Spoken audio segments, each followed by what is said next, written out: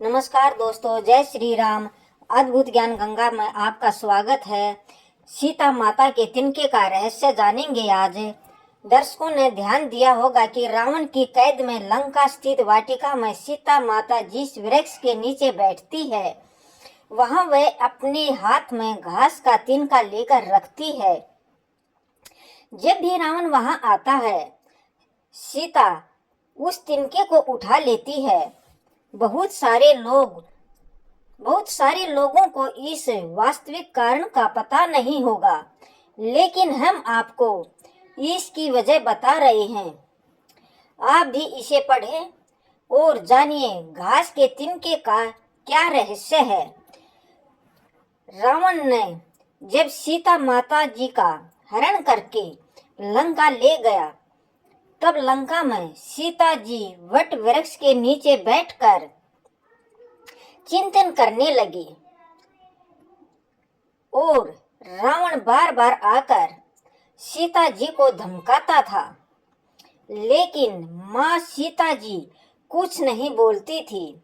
यहाँ तक कि रावण ने श्री राम जी के वेश में आकर माँ सीता जी को भ्रमित करने की भी कोशिश की, लेकिन फिर भी सफल नहीं हुआ।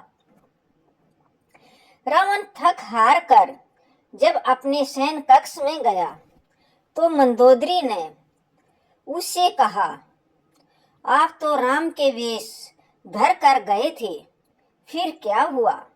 रावण बोला, जब मैं राम का रूप लेकर सीता के समक्ष गया, तो सीता मुझे नजर ही नहीं आ रही थी। रावण अपनी समस्त ताकत लगा चुका था, लेकिन जिस जगत जननी माँ को आज तक कोई नहीं समझ सका, उन्हें रावण भी कैसे समझ पाता। रावण एक बार फिर आया और बोला, मैं तुमसे सीधे सीधे संवाद करता हूँ, लेकिन तुम कैसी नारी हो कि मेरे आते ही घास का तिनका उठाकर उसे ही घूर घूर कर देखने लगती हो।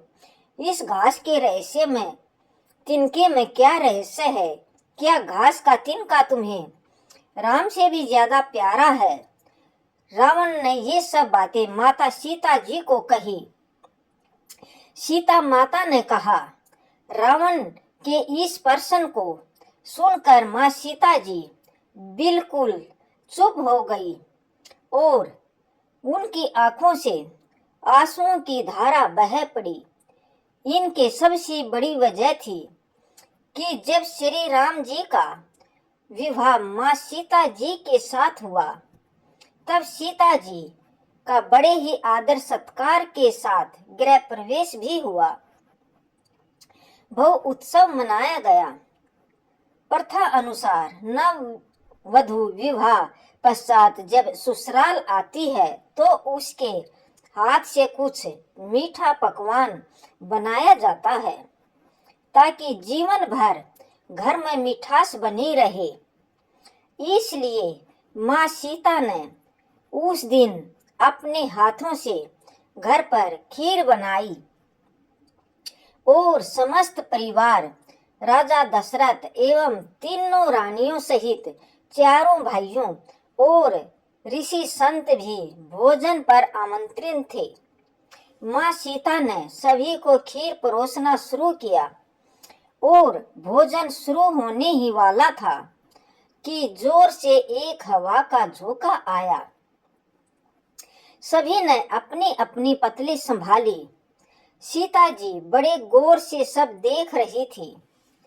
ठीक उसी समय राजा दशरथ जी की खीर पर एक छोटा सा घास का तिनका गिर गया, जिसे माँ सीता जी ने देख लिया, लेकिन जब खीर में हाथ कैसे डाले, ये सीता माता मन में सोचने लगी। ये प्रश्न आ गया। माँ सीता जी ने दूर से ही उस तिनके को घूर कर देखा। वो जलकर राख की एक छोटी सी बिंदु बनकर रह गया। सीता जी ने सोचा, अच्छा हुआ किसी ने नहीं देखा, लेकिन राजा दशरथ माँ सीता जी के इस चमत्कार को देख रहे थे। फिर भी दशरथ जी चुप रहे और अपने कक्ष में पहुंचकर माँ सीता जी को बुलवाया। फिर उन्होंने सीता जी से कहा कि मैंने आज भोजन के समय आपके चमत्कार को देख लिया था।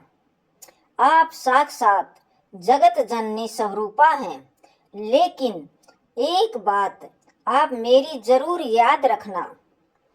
आपने जिस